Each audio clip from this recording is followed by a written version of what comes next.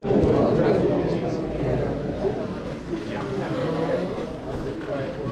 I mention that me and David are here to have a good time? All right?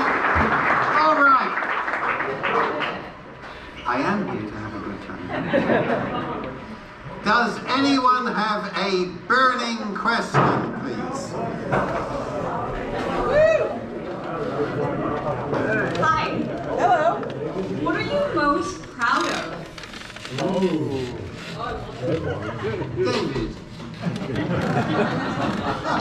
We were asked this in New York, and I was told off for giving completely the wrong answer. So I shall now give you the right answer, which is the right answer, which is the thing I'm most proud of, is my family.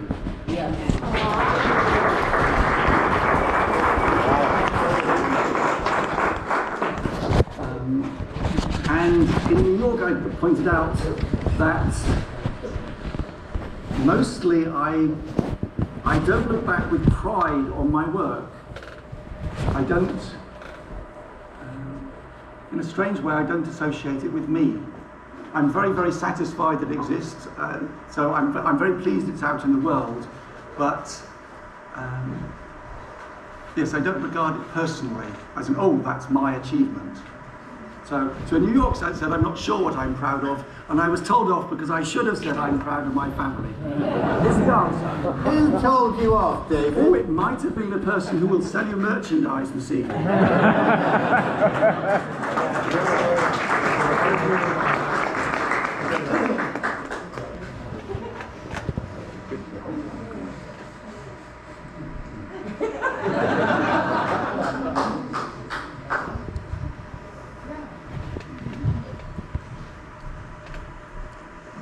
The proper response is not pride, but gratitude.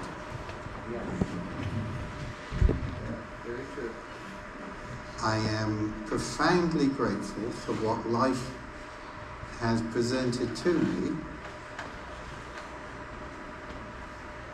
even when it appeared to be otherwise. Thank you for your question.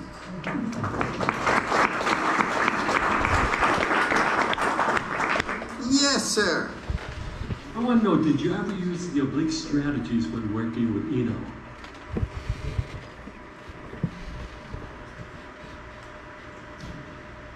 I'm trying to remember if Brian pulled out a few strategies while we were working together. I don't recall Brian pulling a card when we were working together. So why might that be, I wonder? Because I have read reports of people we worked with who were terrified of the card which Brian might pull, which was along the lines of, abandon everything and begin again. And if you're halfway through an album and Brian is producing and he says, right, I can understand terror. I don't remember Brian pulling a card on us. But an excellent question, thank you.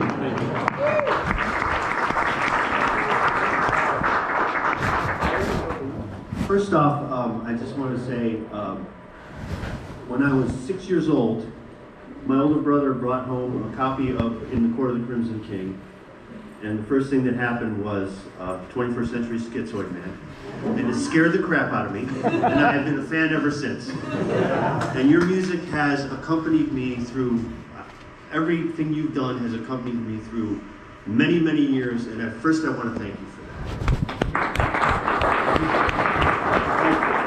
The impact that what you've done has had on my life, and I know I'm just a little normal guy, but I just want you to know that you are part of what has made just my life worth living, your music. So thank you. And there's a billion questions I can ask you, but the one question that I could boil it down to is, if there is a process, what is the process by which King Crimson tells you that it wants to rear its head again? That's how I went.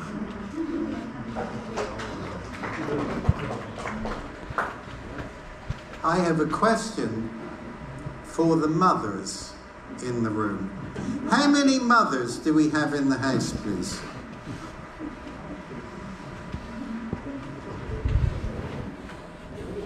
How did you know that your child wished to be born?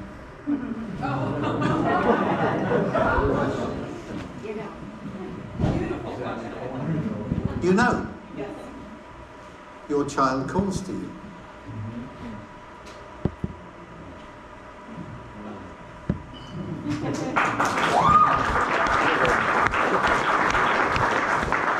Except in terms of King Crimson, King Crimson is not the child. King Crimson is the parent. Now, there have been some criticisms that I present King Crimson in exceptionalist terms.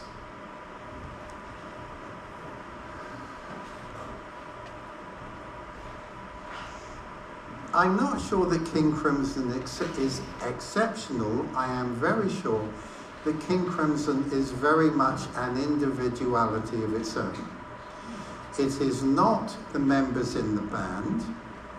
It is not the music they play, although I have experienced King Crimson entering the notes that are being played and also entering into the incarnation of the band playing it. King Crimson is something very specifically other.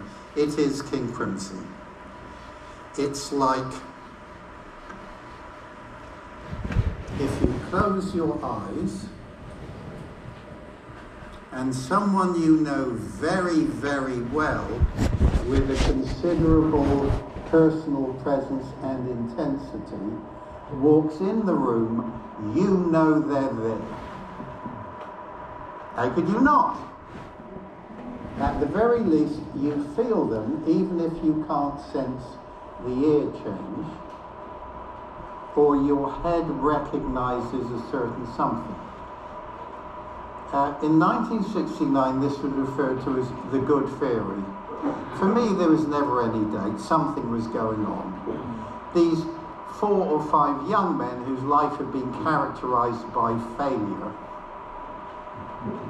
suddenly went from nowhere to somewhere within the period of 3 months. And it wasn't because of them. So there was a presence around. But in 1981, while driving from a modest accommodation up a hill, 3 or 4 miles to Bill's studio and house in Ewhurst, Surrey, Eric Clapton down on the right, Bill Bruford there on the left, driving up the hill to rehearsals with Adrian, Tony, Billy and Bob, the discipline singers. I was aware of a presence sitting in the passenger seat. I'm not asking you to believe me. If you'd like to file this under cosmic horseshit, I am presenting a report of my experience. And there was a presence in the passenger seat which made known to me that if those 4 men were prepared to accept this in, the band would be King Crimson.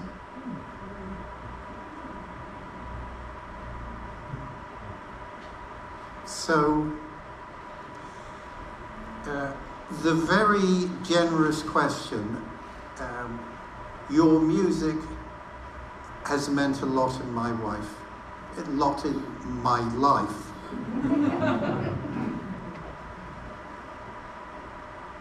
It has in mine, but it's not my music. And this is a difficult thing to convey. Well, it's not difficult. If any of us have been touched by music, come on. When music comes to life, it's because the music is playing the musician. If you would like to lose your faith in music, get to know the musicians that play it. These dismal, abject, greedy, arrogant bunch of jerks. How could they play music like this? The answer is they can't. But perhaps music can play them. And from that, lots of other things follow. David? I have a question for you. Oh.